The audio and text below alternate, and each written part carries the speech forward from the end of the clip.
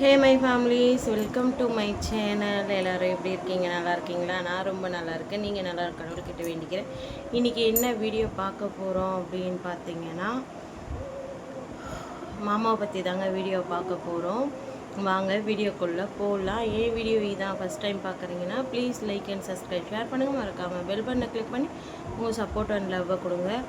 கொஞ்சம் கூட மனசுக்குள்ளே சந்தோஷமே இல்லாத ஒரு வீடியோ தான் இது. ஏன் அப்படின்னு பார்த்தீங்கன்னா, எப்போவுமே எனக்கு கல்யாணம் ஆகி இந்த 28 வந்ததுன்னா 9 வருஷம் ஆகுது. இந்த 9 வருஷத்தில் நான் ஒரு நாள் கூட, இந்த 8 வருஷ வாழ்க்கையில் ஒரு நாள் கூட நான் என் ஹஸ்பண்ட் முகத்தை நான் அந்த மாதிரி பார்த்ததே கிடையாது. ஏன் அப்படி சொல்கிறேன் அப்படின்னு பார்த்தீங்கன்னா, உண்மையாக சொல்கிறேன், ஆவினில் வேலை செய்யும்போது அவ்வளோ ஒரு கலராக இருந்தார் அவர். உண்மையாக கலர் அவர். ஆவினில் வேலை செய்யும் போதெல்லாம் அவ்வளோ ஒரு கலரு என்ன. ஆனால் எப்போ 2018 அவர் எப்போ இந்த அம்பத்தூருக்கு வேலைக்கு ஷிஃப்ட் ஆனாரோ அதுக்கப்புறம் அப்படியே கொஞ்சம் கொஞ்சமாக வெயிலில் நெருப்பில் அவர் வேலை செய்கிறதுனால அப்படியே கொஞ்சம் கொஞ்சமாக அவருடைய கலர் எல்லாமே மாறி பிளாக்காக ஆக ஆரம்பித்தார். பிளாக்காக ஆக ஆரம்பித்ததுக்கப்புறம் அவருக்கு இந்த வெய்ய காலம் வந்ததுன்னா நம்ம ஊரில் எல்லாருக்குமே அம்மை போடும். அந்த மாதிரி அவருக்கு அம்மை மட்டும்தான் போடுமே. லாஸ்ட்டாக 2 வருஷத்துக்கு முன்னாடி எங்கள் வீட்டில் எல்லாருக்குமே வந்தது. கோபிகா, ஹரி, மாமா, இவங்க 4 பேருக்குமே அப்படியே ஒருத்தவங்க மாற்றி ஒருத்தவங்க ஃபஸ்ட்டு கோபிகாவுக்கு வந்தது, அப்புறம் கோபிக்கு, அப்புறம் ஹரிக்கு, அப்புறம் மாமாவுக்கு, இந்த மாதிரி மாறி மாறி வந்தது. அதுக்கப்புறம் பார்த்தீங்கன்னா எந்த ஒரு இதுவுமே இல்லாமல் தான் இருந்தது. எவ்வளோ வெயில பார்த்துருக்குறாரு மாமா. நான் இந்த அளவுக்கு அவர் ஆனதே கிடையாது.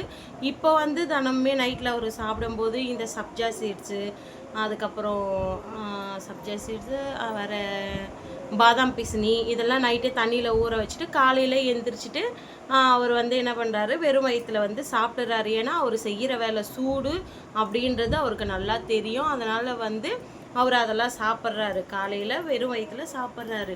இப்போ என்ன ஆச்சு அப்படின்னு தெரியல. கிட்டத்தட்ட ஒரு 4-5 நாளுக்கிட்ட என்கிட்ட சுத்தமாக வீடியோ கால் அவாய்ட் பண்ணிட்டாரு. என்கிட்ட அந்த அளவுக்கு பேசுகிறதுல என்கிட்ட எரிஞ்சு விழுந்துட்டு கோவத்தை காமிச்சிட்டு இருந்தார். நான் ஏன் வீடியோ கால் பேசலை, எப்போவுமே சரி காலையில் 5 மணிக்கு நான் தான் எழுப்புவேன். நான் 5 மணிக்கு எழுப்பேன்னா காலையிலே 5 மணிக்கு எழுப்பிடுவேன். எழுந்திரிச்ச உடனே வீடியோ காலில் பார்ப்பேன். நான் வீடியோ காலில் பார்ப்பேன். அதே மாதிரி சாயந்தரம் வேலையை முடிச்சுட்டு வந்தோடனே வீடியோ கால் பார்ப்பேன். கம்பெனியில் அவர் வேலையை முடிச்சுட்டு வந்தோடனே எனக்கு வீடியோ கால் பண்ணுவார்.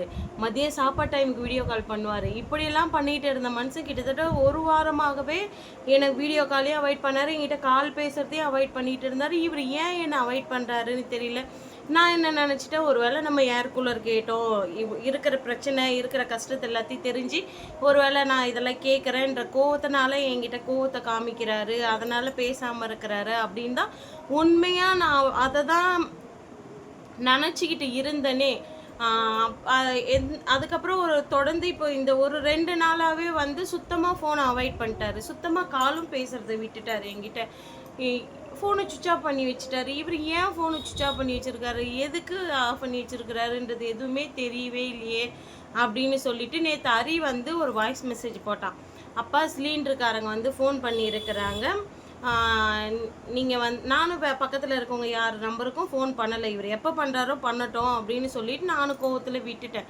அதுக்கப்புறம் என்ன ஆச்சு அப்படின்னு பார்த்தீங்கன்னா, ஹரி நேற்று காலையில் அவங்க அப்பாவுக்கு ஒரு வாய்ஸ் மெசேஜ் போட்டால். நான் தான் சொன்னேன் அப்பாவுக்கு வாய்ஸ் மெசேஜ் போடுறா அப்படின்னா. அப்பாவுக்கு வாய்ஸ் மெசேஜ் போட்டான். அவன் என்ன சொன்னான்னா, அப்பா சிலிண்டருக்கு ஃபோன் பண்ணாங்க, இன்றைக்கி சிலிண்டர் வந்துடும், எடுத்துகிட்டு போங்கன்னு சொன்னாங்கப்பா. அம்மா கிட்ட காசு இல்லை, காசு போட்டு விடுங்கப்பா அப்படின்னா. அப்புறம் எனக்கு ஸ்நாக்ஸும் இல்லைப்பா, எனக்கும் ஸ்நாக்ஸ் வாங்குறதும் காசு போடுங்க அப்படின்னு இந்த ஒரு வாய்ஸ் மெசேஜ் ஃபஸ்ட்டு போட்டால். அதுக்கு அவங்க அப்பா ரிப்ளை என்ன பண்ணாருன்னா, சாயந்தரம் நான் போடுறேன். எப்போது அவன் ஒரு 7:30-8 மணிக்கு இந்த வாய்ஸ் மெசேஜ் போடுறான்னா, அவர்கிட்ட இருந்து எங்களுக்கு ஒரு 9-10 மணிக்கு ஈவினிங், காலையில் 10-9 மணிக்காக தான் எங்களுக்கு அவர்கிட்ட இருந்து அந்த ரிட்டன் மெசேஜ் வருது. வந்த உடனே திரும்ப நான் கால் பண்ணுறேன், ஃபோன் சுவிட்ச் ஆஃப். அந்த வாய்ஸ் ரெக்கார்டிங் கேட்டுட்டு திரும்ப ஒரே ஒரு மெசேஜ் போட்டு திரும்ப ஃபோனை சுவிட்ச் ஆஃப் பண்ணிட்டார் இவர். ஏன் இவர் இப்படி பண்ணுறாரு கொள்றாருன்றது எனக்கு துளியுமே புரியவே இல்லை. நான் மைண்டில் நினச்சது எல்லாமே நம்ம ஏர் கூலர் வாங்கினது அவருக்கு பிடிக்கல, அந்த கோவத்தோடைய வெளிப்பாடு இப்படி காட்டுறாரு அப்படின்றத தான் நான் நினச்சிட்டு இருந்தேனே. அந்த வாய்ஸ் ரெக்கார்டிங்கில் நான் கம்பெனியில் இருக்கிறேன்ப்பா, நான் வந்து நைட்டுக்காக போட்டு விட்றேன் அப்படின்ற இந்த ஒரு வாய்ஸ் மெசேஜை மட்டும் போட்டார். நாங்கள் என்ன பண்ணுறோம் ஏது பண்ணுறோம் சாப்பிட்டோமா கொண்டோமா எதுவுமே அவர் கேட்கவே இல்லை. சரின்னு சொல்லிட்டு நானும் விட்டுட்டேன். எப்போது எனக்கு ஏர் கூலர் வாங்குறப்போ காசு போட்டு விட்டார். அதுக்கு முன்னாலேருந்தே எனக்கு கொஞ்சம் கொஞ்சமாக அவாய்ட் பண்ணிட்டு வந்தார். ஏர் கூலர் வாங்குறப்போ கோவமாக காசு போட்டு விட்டார். என்கிட்ட இவ்வளோ தான் இருக்குன்னு சொல்லி போட்டு விட்டுட்டு ஃபோனை வச்சுட்டாரு. இந்த ஏர் கூலர் வந்த அன்னைக்கு என்கிட்ட வீடியோ கால் பேசினார். அப்போ கூட முகத்தை காமிக்கல, நீ அதை காமின்னு இருட்டில் இருந்துக்கன்னு தான் இதை காமி அப்படின்னு சொல்லிட்டு அவர் என்னை பார்த்துக்காம அதை மட்டும் அவர் இருட்டில் இருந்தார். அவர் என்ன பார்த்தாரு, ஆனால் நான் அவரை பார்க்கல. இருட்டில் இருந்தால் அப்போ மட்டும் என்கிட்ட பேசினார். நான் அப்போ கூட ஏன் உன் முகத்தை காட்ட மாட்டேன், இருட்டில் உட்காந்து பேசுகிறேன், வெளிச்சத்துக்கு போனால் என்ன அப்படின்னு சொல்லி நான் கோவப்படுறேன். அப்போ கூட அவர் ஒரு வார்த்தை கூட என்கிட்ட சொல்ல, எனக்கு இந்த மாதிரி இருக்குது, என் முகம்லாம் இப்படி ஆயிடுச்சு அப்படின்னு சொல்லிட்டு எனக்கு அவ்வளோ ஒரு கஷ்டம். அவ்வளோ இன்றைக்கி நான் நேற்று நைட்டு எனக்கு அவர் அமிச்சார் அந்த ஃபோட்டோஸை. எனக்கு அப்படியே பார்த்தோன்னே எனக்கு அப்படியே ஒரு மாதிரியாக ஆயிடுச்சு. என்ன அந்த நேரமே நான் அவருக்கு வீடியோ கால் பண்ணுறேன். எனக்கு நைட்டு அவர் கம்பெனிலேருந்து வராரு. ட்ரெயின்னா பஸ்ஸான்னு தெரியல, ட்ரெயின் தான் நினைக்கிறேன். அங்கேருந்து ட்ரெயினில் வரும்போது அவர் ஃபோட்டோ எடுத்து அனுப்புகிறாரு. அப்போ நான் அந்த ஃபோட்டோ பார்த்த அடுத்த செகண்டே எனக்கு ஒரு மாதிரி ஆயிடுச்சு, என்ன இப்படி இருக்கிறான் அப்படின்னு சொல்லிட்டு நான் அந்த ஃபோட்டோ வந்து இதில் ஆட் பண்ணுறேன், நீங்கள் பாருங்கள். எனக்கு பார்த்தோன்னே ஒரு மாதிரி ஆயிடுச்சு, என்ன இவன் மூஞ்சி இப்படி இருக்குது, எதனால் இப்படி இருக்குதுன்னு தெரியலையே அப்படின்னு சொல்லிட்டு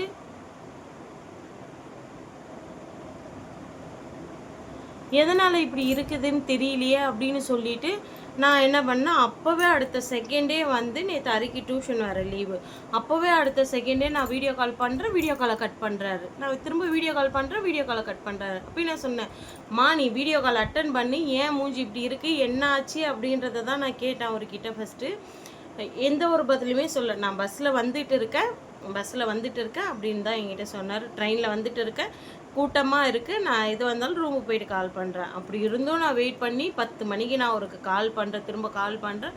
என்கிட்ட முகத்தை காட்டவே இல்லை. அவர் முகம் ஏன் இப்படி இருக்குது, என்னத்துக்கு இப்படி இருக்குது அப்படின்னு நான் கேட்டதுக்கும் எந்த ஒரு பதிலுமே அவர்கிட்ட இருந்து வரவே இல்லை. இன்றைக்கி நைட்டு எங்கள் அண்ணா லைவ் போட்டுருப்பாங்க பிள்ளைக்குது, 10:30 மணிக்கு மேலே எங்கள் அண்ணாவுடைய லைவில் போயிட்டு எங்கள் அண்ணா கிட்ட மெசேஜ் பண்ணிவிட்டு எங்கள் அண்ணா வீட்டுக்கு ஏன் வரல, எதுக்கு இப்படி பண்ணுறீங்க அப்படின்னு கேட்டிருப்பாங்க பிள்ளைக்குது. அதுக்கப்புறமா வந்து எங்கள் அண்ணாவுக்கு அந்த ஃபோட்டோ அனுப்பிச்சிருக்கிறாங்க. எங்கள் அண்ணாவுக்கு அந்த ஃபோட்டோ அனுப்பிச்சோடனே எங்கள் அண்ணா பிடிச்சி நான் அவ்வளோ திட்டிருக்காங்க, ஏன் மூஞ்சி இப்படி இருக்குது என்ன ஆச்சு அப்படின்னு கேட்கும்போது அப்போ தான் சொல்கிறாங்க, இந்த மாதிரி வந்து வெயிலுக்கு வந்து இந்த மாதிரி ஆயிடுச்சு, மூஞ்சி கழுத்து கையெல்லாம் இப்படி வந்து ஆயிடுச்சு அப்படின்றாங்க. அவங்க மூஞ்சி ஃபுல்லாகவே அப்படியே இந்த கண் இந்த இடம் ஃபுல்லாகவே நீங்கள் இந்த ஃபோட்டோவில் பாருங்கள் எப்படி இருக்குதுன்னு பாருங்கள். இந்த கழுத்து இதெல்லாம் இந்த வெயிலுக்கு தாங்க முடியாமல் அவருக்கு அந்த மாதிரி மூஞ்செல்லாம் ஆயிடுச்சு. அவர் செய்கிற வேலை கேஸ் கட்டிங் நெருப்பில், ரெண்டாவது இந்த அனல், ரெண்டாவது இவங்க வெளியே எங்கன்னா போகிறாங்களா, கம்பெனிக்கு எங்கன்னா போகிறாங்களா, அந்த வெயில், இதெல்லாமே வெயில் தாங்க முடியாமல் அவங்க மூஞ்சி ஃபுல்லாக இந்த மாதிரி ஆகிட்டு இருக்குது. இத்தனை வருஷத்தில் அந்த கம்பெனிக்கு போய் அந்த கம்பெனியில் வேறு எங்கே வேலை செஞ்சாலும் இத்தனை வருஷத்தில் அவருக்கு இந்த மாதிரி ஆனதே கிடையாது. என்ன அவர் என்கிட்ட காலையில் சொல்லிட்டு அழுகுறாரு, எனக்கு என் மூஞ்சை பார்க்கவே பிடிக்கல, எனக்கு நான் அதனால தான் உங்ககிட்ட வீடியோ கால் பண்ணேன். காலையில் எவ்வளோ சண்டை, நீ வீடியோ கால் அட்டன் பண்ணு, நான் வீடியோ கால் பண்ணிக்கிட்டே இருக்கேன், கட் பண்ணிக்கிட்டே இருக்காரு. எனக்கு இந்த மாதிரி ஒரு நிலமை ஆச்சுன்னா நீ என்னம்மா பண்ணுவேன், நான் போய் என்னை பார்க்காம என்னை தள்ளி விட்டுருவியாம்மா, நீனு ஒன்றுமே இல்லைம்மா, அது என்ன ஆச்சுன்னு மட்டும் நான் பார்க்குறேம்மா, நீ வீடியோ கால் அட்டன் பண்ணுமா அப்படின்னு வீடியோ கால் அட்டன் பண்ணி பார்த்தா இந்த ஃபோட்டோவில் பார்க்குறத விட மூஞ்சி இருக்குதுங்க. என்ன இந்த ஃபோட்டோவில் பார்க்குறத விட ரொம்ப மோசமாக இருக்குது அவருடைய மூஞ்சி, அந்த கண்ணெல்லாம். நான் சொல்கிறேன், கிளம்பிங்க வாங்க, நீங்கள் அங்கே இருக்காதீங்க, வெயில் ரொம்ப இருக்குதுன்னா நீங்கள் இங்கே வாங்க, வெயில் முடிகிற வரைக்கும் இங்கே இருந்துட்டு நீங்கள் போங்க அப்படின்னா, நாங்கள் வந்துட்டுனா காசுக்கு என்ன பண்ணுறது?